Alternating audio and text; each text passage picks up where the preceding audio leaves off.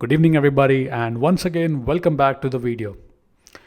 DeltaStreamer has been adopted by developers to ingest data into Hoodie transactional data lake since it allows you to ingest data from CSV, JSON, Parquet, Kafka topic, all into Hoodie transactional data lake in a structured and a streamlined approach. DeltaStreamer also allows you to build incremental ETL. But what I'm here to talk in this video is about no-code or low-code workflow automation. So what I want to show you is this approach. I will show you a small demo shortly. Let's say you want to ingest data from CSV, Parquet, or you want to build incremental ETL. Now, instead of writing custom Spark jobs or then scheduling those, why don't we define a system through which the entire workflow is easy? Meaning over here, the junior or the mid developer gets the request. He or she simply defines the job as a JSON file, and then he or she will drop the JSON file into a folder called jobs. From the jobs, there will be a Python, there's a Python code which will parse that JSON object. After parsing the JSON object, it's gonna read the Ginger template, which is written again in Python for the DeltaStreamer job. After reading the Ginger template, it's gonna inject those values, and then automatically it's gonna create a DAG in Airflow. So basically, we are able to create a DAG dynamically. After that, if you schedule the DAG will submit the job to the EMR Serverless, and that will basically create your Hoodie transactional data lake. Any failures in the particular pipeline, Airflow will capture it and it will send the email notification to the user. So if you observe the approach that we are taking is, see, we are not letting developer write code. The senior engineer writes template once, and then the junior or the mid-level engineers simply define the job as JSON, drop it into the folder. From there, the parser will pick up, it will read the Ginger template, it will inject the values, and it will create DAG dynamically. All of this I want to show you in action. So let me walk you over the entire process. So now, assuming I am a developer and I'm assigned, to ingest data from Hoodie, I'm assigned a task to ingest data into Hoodie transactional data lake. Let's see how I define the entire job as JSON, drop that into the jobs folder, and then the workflow will dynamically create the Airflow DAG and it will submit the job to EMR Serverless cluster. So let's take a look at it right now.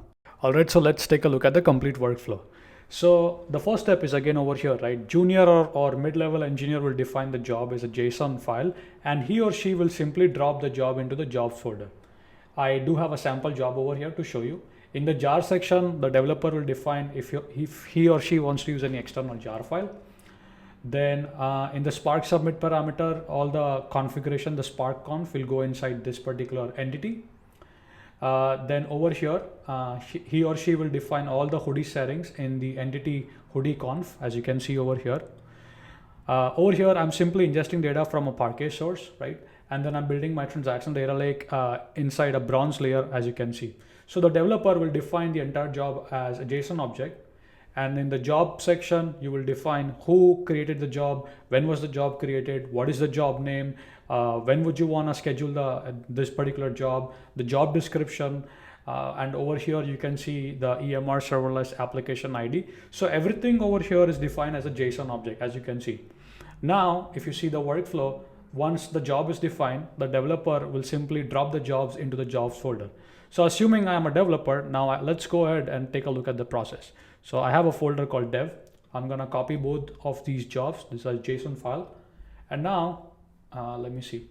Here you can see I have a jobs folder. I am simply gonna paste or drop these jobs into the jobs folder.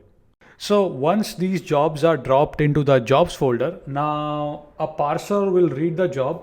After that, there's a Ginger template defined. The Ginger template is basically a template to create a DAG for the DeltaStreamer job, which is gonna submit on EMR Serverless, right? And then basically it reads the JSON object, parse the JSON object, and then again builds the DAG for you dynamically. So let's see the process overall. So hopefully you will get some idea what I'm talking about. This is template.py. This is where in this template, this template is responsible for building the dynamic Airflow DAG. And then over here you have a DAG generator.py. So the job of DAG generator.py is to go over, as you can see, it is to go over the jobs folder and then build the Airflow DAG dynamically for our DeltaStreamer jobs. So let's run this. Hopefully I would be able to show you. So as you can see, it made two DAGs. So the user dropped in two files, right? Silver underscore invoice and bronze underscore invoice, right?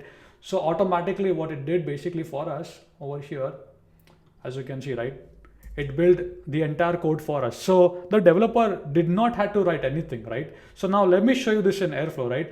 Automatically based on all the configuration that the developer defined over here in the JSON object, it made my Airflow DAG, it scheduled the Airflow DAG, and then that's it, right? So simply the developer drops the JSON object, the parser will parse it, read the Jinja template, and it basically builds the Airflow DAG. Now let me run the Airflow locally and show you what I'm talking about. Since I'm doing it locally, I'll start the Airflow by astrodev start. This should start my Airflow container. This will take about a couple of seconds, so let me be a little patient. Once the container is started, let me show you the UI. As you can see, my Airflow container has started, and if I go to localhost 8080, as you can see, dynamically these two DAGs are created. Again, the developer did not have to write any code for this. The developer simply defined the job as a JSON object, drops into the job folder, and automatically the DAG is built, right? The job is scheduled for he or she, right? So if you go to this particular DAG, bronze, right? And if you go to the code section, here you can see all this code was built automatically for the developer.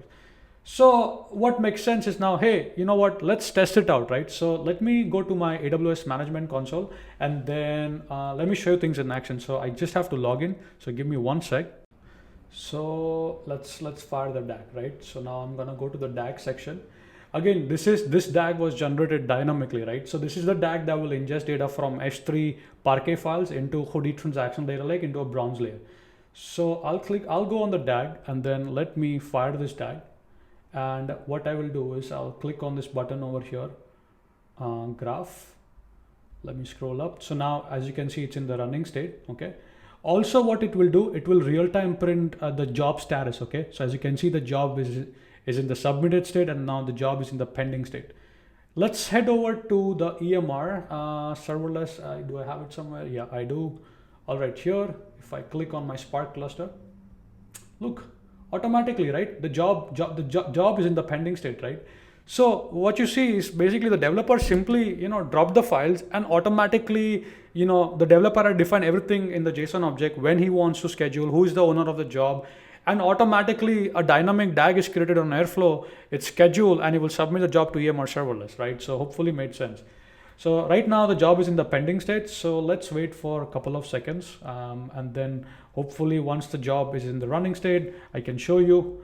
If I go to my S3, I do not have any bronze or silver zone, but once the job is complete, I should be seeing those particular zone. So let me pause the video since the job is in the pending state. So I'm gonna pause the video right here. So the job is now in the running state, and as you can see, after every 1 second, it's polling the status for the job, right? If we go to the EMR console, again, it's in the running state, right? So my point that I am trying to make through my video is see the automation, right? The developer did not have to interact at all with the EMR cluster, did not have to worry about the configuration, did not have to write the code. He or she is solely responsible for writing the JSON object, dropping the JSON object on whatever folder or bucket, and from there an automated workflow kicks in, and that does everything, right? So hopefully the idea made sense. So now let's wait for this to complete. Still in the running state. Let's go to S3 to see if we see some silver zone. Yep, I see my bronze layer. That is good. I see invoice folder, and I see my Hoodie transactional data lake being created. That's great. And the job is also success, right? So we have a bronze layer, right? Now from bronze, I want to make a silver table, right? Again, the developer dropped the JSON files, right? And automatically the DAG was built. So now I can come and fire this one, right? I can say, hey, fire this. As you can see, now the job is in the running state, right? So graph, I can monitor it, right? I can see all the logs, what's happening, right? So as you can see, then the job is in the schedule state. So let's wait for this to also complete. So now again, the job is now in the running state. So this is gonna ingest from the Hoodie bronze layer into the silver zone, right? So let's head over to S3 quickly. Come to this one. And sure enough, we see a zone silver invoice, and the Hoodie metadata or the Parquet files will pretty soon appear over here. So hopefully you got the idea. So what I'm saying is now the complete process is controlled, right? You can see when the job started, when the job ended in the airflow, right? You can also see how long it took, right? You can see if there was any failures. If there was any failure, airflow has an ability to send email, right? So you can receive email alerts, right?